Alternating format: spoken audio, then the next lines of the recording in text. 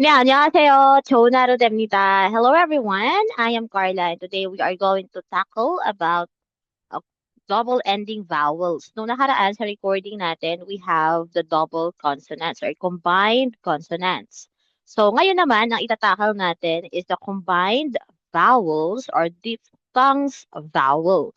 So, anyway, 자, 여기 보시면 the double vowels or we could also call that as 이, 중, 모, So, pagdating sa double vowels, the O and the U stands as or read as W. Okay, again, yung W sa English is consonant, pero pagdating sa Korean, it is a vowel. Okay, at the same time, it is very similar in Abakada or in Tagalog language. Now, let's try to learn the 11 double vowels. Yes, meron tayong 11 double vowels. So, please, um, follow me, okay? And let's learn the double vowels. Okay, the first one is the combination of O and E. It reads as E. E. So very similar siya. So in abacada saying e, o, u. So this is the sounds E. And that is much more wider. E입니다. The second one we have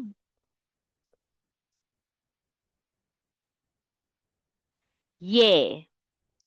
Ye. That's good. That's right. Again, when you see two lines, that starts with letter Y. So that is ye. At the same time, the ye sounds also similar with the sounds yes. Yes. At the same time, the ye is also means yes in Korean. All you have to do is just write iyong first and then write the letter ye. Okay? Ta. When you write it from left to right, top to bottom. Another one we also have looks like a capital or letter long, capital H and long H. Okay, this one is A, A, A. Hindi masyadong magwa-wide yung lips natin. At the same time yung tongue natin, hindi siya mag-move. Okay? A, A, A. Yes, that's right. Okay. At again, when you see two lines that starts with letter Y. Yeah, that's right. So again, pareho lang din siya ng hindi masyadong wide. So it reads as ye, ye, ye. Kung kanina, wide, yung ye, ito namang third and fourth vowels, hindi siya masyadong malawak. So it reads as ye. 입니다. Okay, let's recap. Okay, let's just go back to our first vowel bago tayo mag-move. Again, repeat after me. If you're watching this video, please repeat after me. E, E, ye, ye, E, E, ye, ye. That's right. Again, para lang siyang yung at saka ye sa una, mas malawak siya. Kumbaga parang palabas. So, ye. Ito namang third and fourth, parang mas more on sarado.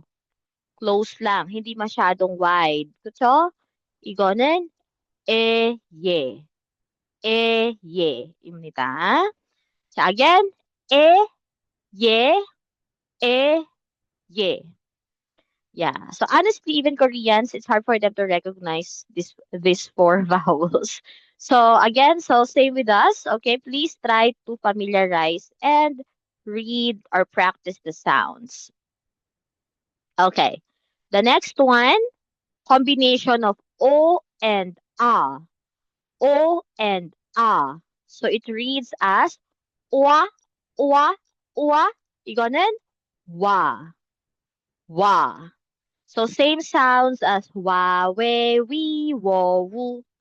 Wa sounds. At the same time, do you know what? The word wa means wow. Wow. Wa. The more you use the wa, pag mas mahaba yung wa, ibig sabihin mas surprise. Like for example, wa, 맛있어요. 와, 예쁘다. 와, 좋아요. So, wa means wow. Okay, the next one, combination of o and e. O and e. So, yung e dito, hindi masyadong wide. So, it reads as we, we, we.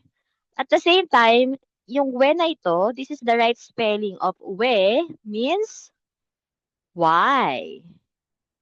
왜 그래? 왜요?입니다. So that is we. Honestly, dito sa deep double vowels, meron tayong tatlong we. So, I just named them wide, wider, and widest to remember it easily. So, this is the first one. This is the wide. Okay? The next one is a combination of O and E. O and E. So, it reads as we, we. We. So, mas wider lang siya sa una. Mas wider lang siya sa unang we. So, this one is the second we. Combination of O and E. We. Cha. Next. This one is the combination of U and O. U and O.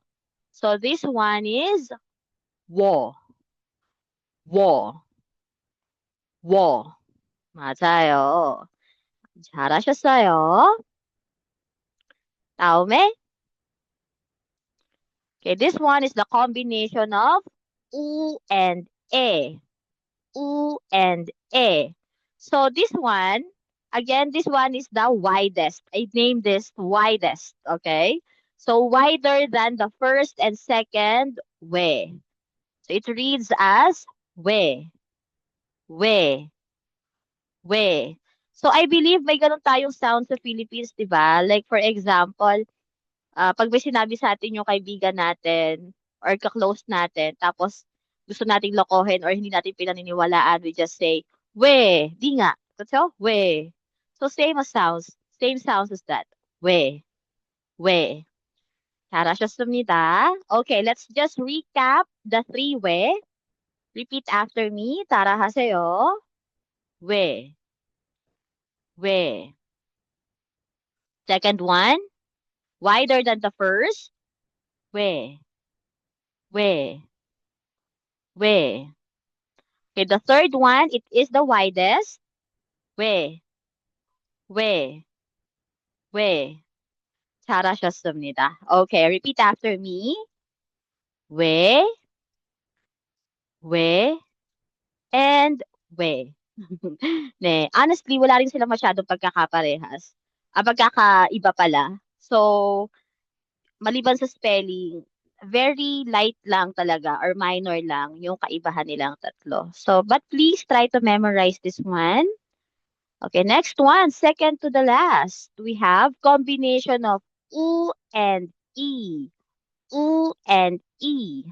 So, uy, uy, uy, we, Imnita. So, very good. We means, anyway, the word we in Korean means up or above. Up, above, or top. Or in proposition, that is also means on. We입니다. 자, 좋아요. Like, if you know the song, we are, we are, we are, we are. So that is the same sound as that. Next, last but not the least, we have the combination of U and E. U and E. So it reads as uy, uy, uy. Para siyang uy, pero mas slantly lang yung sounds niya. Mas parang slang. Gusto? Uy. 으이. 그렇습니다. Very good. At the same time, reminder lang, pag isusulat natin ng 으y, we write the a little slanty. Okay? Bakit? Dahil it will looks like O pag isinulat natin ganito. So, kaya, isusulat natin siya ng paslant. 그렇게 합니다. At the same time, instead na ilalagay dito yung consonant, pagdating kay uy, inilalagay ang consonant dito sa taas ng 합니다. 자, to recognize or to distinguish yung kaibahan nila ni O at saka ni 으이. 자, 좋아요. 잘하셨습니다. 자, repeat after me. If you're watching this video, please repeat after me. Let's recap the 11 vowels. Yes, we finished the 11 vowels. You did a good job. 자, repeat after me. 에, 예, 에, 예, 와, 왜, 왜, 워, 왜, 위, 의. So very good. So these are the 11 vowels. You did a good job, everyone. At the same time, same with the original or basic vowels, it is also divided into two when it comes to writing, pag isusulat sila. Okay, we also have horizontal and vertical vowels. So, sino-sino ang mga vertical at sino-sino ang mga horizontal? Again, mm, the horizontal vowels are e, ye, e, ye, and uy. So these are the horizontal vowels. Okay, very good. So at the same time, pag isusulat natin yung vowels, ay isusulat na ang consonant, isusulat natin before the vowels. Bakit? Kasi walang vowel na nauuna sa consonant when it comes to writing. Laging consonant muna and then a vowel. The same time, pag kay uy, instead na isusulat sa gilid, isusulat siya sa taas ng u. And the rest of the vowel, we have wa, we, wo, we, and we. So these are the vertical vowels. At the same time, isusulat natin yung consonant sa taas ng O or U. Kumbaga, pag isusulat natin, lalagyan natin ng konting creativity and attitude. So, okay, for example, kiyok, isusulat natin siya between dito kay O or kaya kay U. 합니다. 그쵸? So, lagi nating isusulat sa taas ng O or U. So, ganyan yung pagsulat po natin.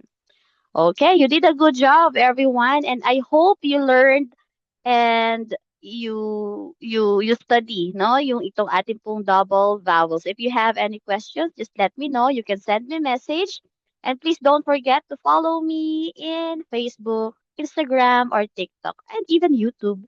So thank you so much, and see you again in our next class. 감사합니다. Bye bye.